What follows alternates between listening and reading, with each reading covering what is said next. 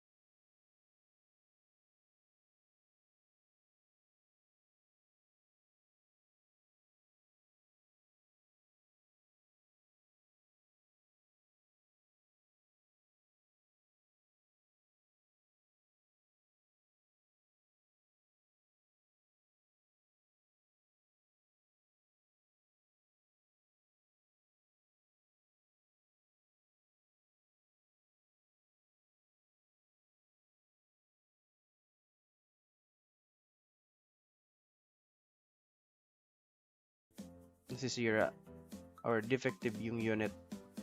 Okay. Another picture, side view, another back plane. So, at the back, meron siyang power supply, meron siyang one port or yun dito natin sinasaksak yung source na link dito dumadaan yun sa internet.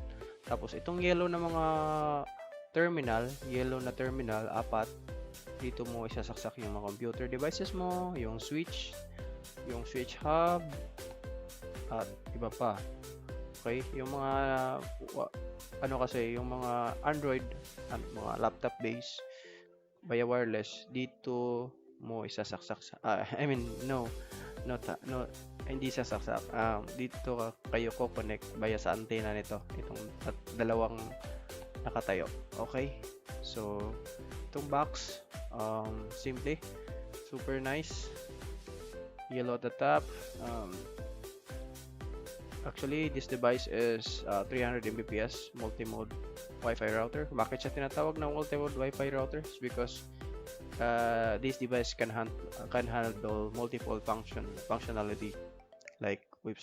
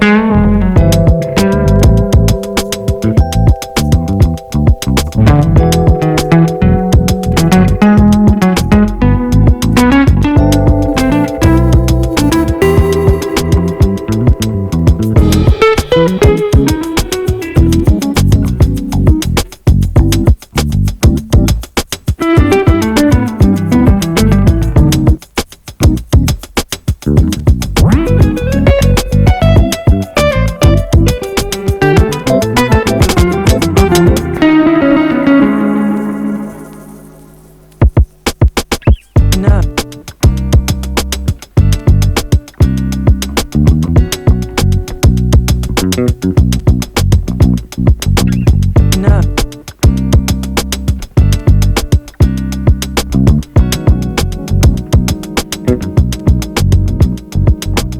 Na.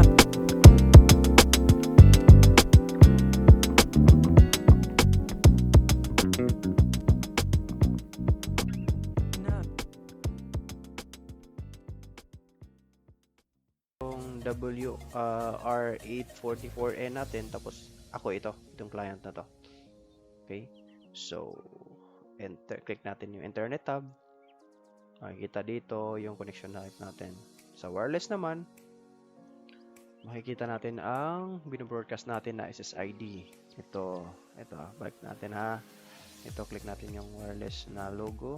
And then, makikita natin dito yung TP-Link mismo, yung TP-Link 4106. Okay, tapos yung guest network, pwede ka nang gumawa. Pero in my case, hindi na ako gagawa niyan. Okay, and this one, advanced tab. So here, we can convert this device into a different mode. Currently, it acts as a router mode, which means all of the ports are being used, or the yellow ports are being used and provide. It's just a router. Okay, so you can connect to internet. You can cascade your network via the yellow ports. You can also provide access via wireless. So you can also change it into access mode, where the device mismo nagiging parang ano lang, parang access point, parang hub. Okay, tapos ito yung wireless extender na mode, which in which you can connect. Let's say itong pangalawa, itong may antenna. So kahit hindi ka connected via wired, as long as makikita yung SSID ng main wifi mo, ibang wifi, tapos alam mo yung password, makakasagap siya. Parang nag-a-act siya as laptop, tapos yung laptop ginawang hotspot. Parang same lang din yan. Kumokonekta siya via parang din transmission nila via wireless, tapos nagbo-broadcast siya ng wireless din. So yun yung parang repeater, tinatawag naming repeater. Okay, so siya yung nagsaserve dito sa mga Android na to. Tapos WIS mode. Okay, so in this mode, the router connects to the ISP network wirelessly in areas without wired service. Okay, so for example, yung tayo sa if ever mayroon tayong mga business na yung tower type na wireless, tapos malakas yung broadcast nila, yung coverage ng wireless nila via tower, parang parang dito community, itong bagong telco ngayon natin, naka-wireless siya. So kapag masasagap mo siya via using TP-Link, pwede kang kumunik sa kanya using the password, pero depende kung ano yung security na ginagamit, or yung ways or behavior ng WISP, or yung base station na dito. So parang parang access point lang din to, itong WISP na to. Tapos nagpo-broadcast siya ng access point ng access via wireless, tapos kinuha niya, tapos ang pag-serve niya ng traffic is via wireless. Ito may wireless na logo, tapos via wired din. Okay, ang kaibahan lang ni range extender mode at ni WISP mode is dito kasi sa WISP mode, wireless lang yung pwede niyang ibigay, hindi niya magagamit yung port. Okay, dito pwede mo magamit yung wired port. Pwede kang naka-wired, pwede ding naka-wireless. Okay, so yun, tapos operation mode yan. Punta tayo sa network status. kung ano yung mga IP addresses na binigay. Ayan, ito. Ito yung 172 ang binigay, tapos yung primary DNS, 1.1.1, which is the Cloudflare. Tapos DHCP server, enable, address pool, ito yung range na pwedeng ibigay from 100, okay, to 199, which means safe yung 1 to 99 na range. So, pwedeng gawing pang server or static IP addressing. Okay, just like that. Okay, LAN. Sa LAN natin, ito, naka-enable ang DHCP. Pwede namang di natin gawin. Ito yung automatic na nagbibigay ng IP address sa mga Android devices or iOS or laptop or tinatawag nating client na kumukonekta sa router natin. Meron ding sa wireless na side. Punta tayo sa wireless settings. Itong ginawa natin. Ito. By the way, dito sa advanced kasi, makikita lahat ng technical term kung paano sinet up, ano yung mga channel frequency na binigay natin sa wireless natin.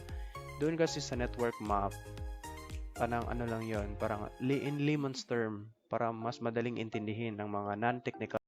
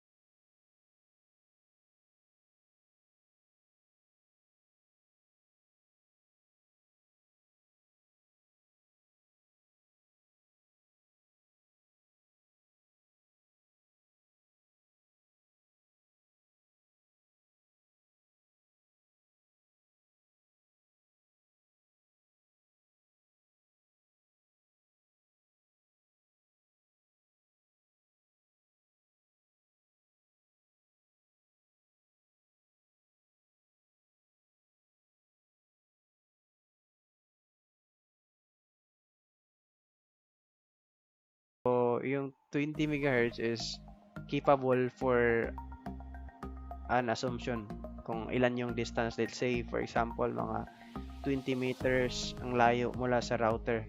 Ayan, so okay pa yan, makaka-browse pa yan, makaka-browse. Ayan, so kaya lang medyo maliit yung bandwidth na binigbigay.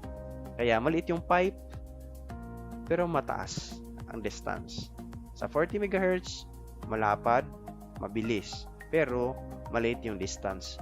So, one of the advantage for 40 MHz is yung mga TV na nakasaksak or naka-connect wirelessly. Okay?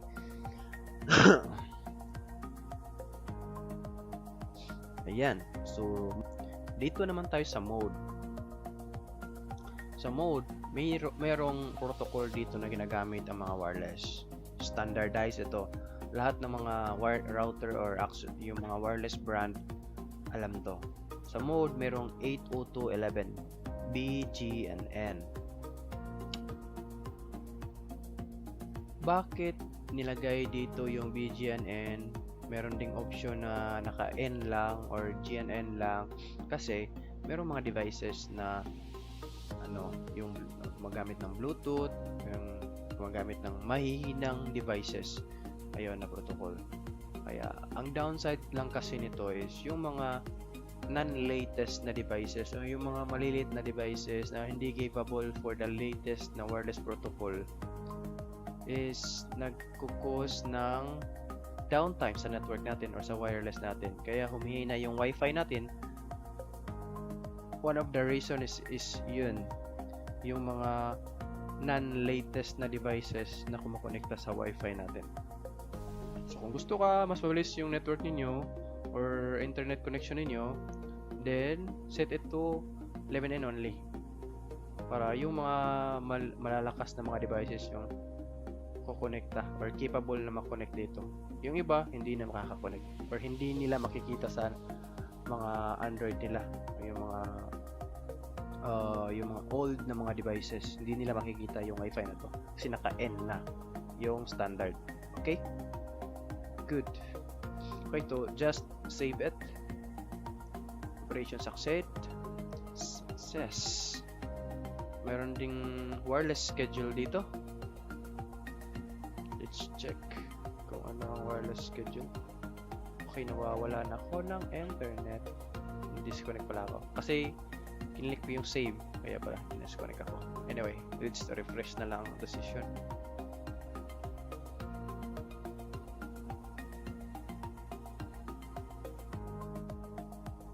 Yan, connect tayo ulit 4106. Ayan, connect ulit. Okay, balik tayo sa wireless schedule. Ayan, so wireless schedule when automatically turn off your wireless or not. Okay, so dito itong feature na to is nakakatulong din ito para sa minimize ng konsumo natin sa power saka yung radiation, kasi hindi naman natin ginagamit yan ng madaling araw 1 AM hanggang 5 AM. So pwede mong iset na kung kailan siya magto-turn on yung devices, depende sa use case mo. Okay, pwede mo lang i-enable to, tapos time settings, click mo lang kung anong oras siya dapat. Okay, magto-turn on yung wifi natin. Okay, ganyan lang. So yung wireless schedule, WPS, additional, wala na. Dito naman sa not forwarding, ayan, kung mayroon kang mga dito, internal na server na ina-access mula sa labas,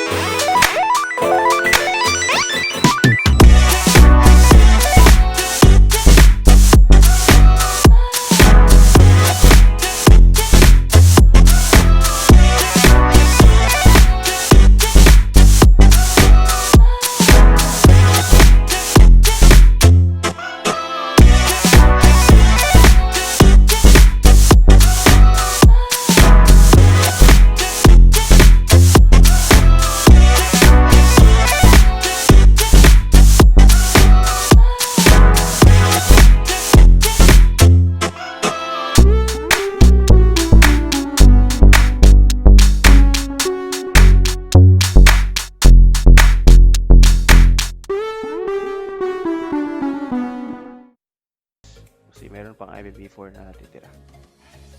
Ito naman sa system, merong firmware upgrade, backup and restore. If you want to restore a specific configuration, kung na-reset mo to, ito, puta mo first, firmware upgrade. Pwede natin i-update yung firmware natin. Kung may mga latest na updates si TP-Link, may mga latest na security features, pwede natin yan i-upgrade. Okay, so just browse the specific firmware and then click upgrade. That's it. Go to backup and restore. If you want to back up, for example, meron ka ng mga configuration dito, tapos gusto mo i-backup, then click back, just click backup.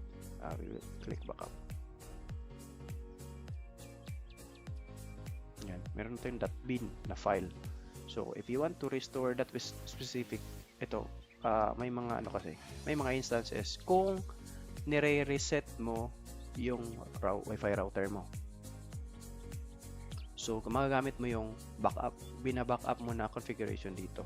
If you want to restore the previous configuration, then browse and then click mo lang yung backup mo, open, tapos click mo yung restore.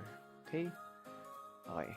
The third one, factory default restore. Ito yung parang nire-reformat mo yung router natin. Okay?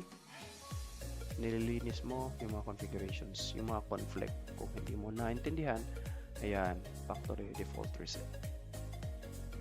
Going to administration, so pwedeng palitan yung password, pwede mong local management, router, all device. Pwede ka rin mag-set ng specific devices na pwedeng maka-access nitong administration dashboard na to. Yan, sa administration yan. Remote management, so okay, pwedeng ma-remote siya over internet. Okay, so it is not supported when you are connected to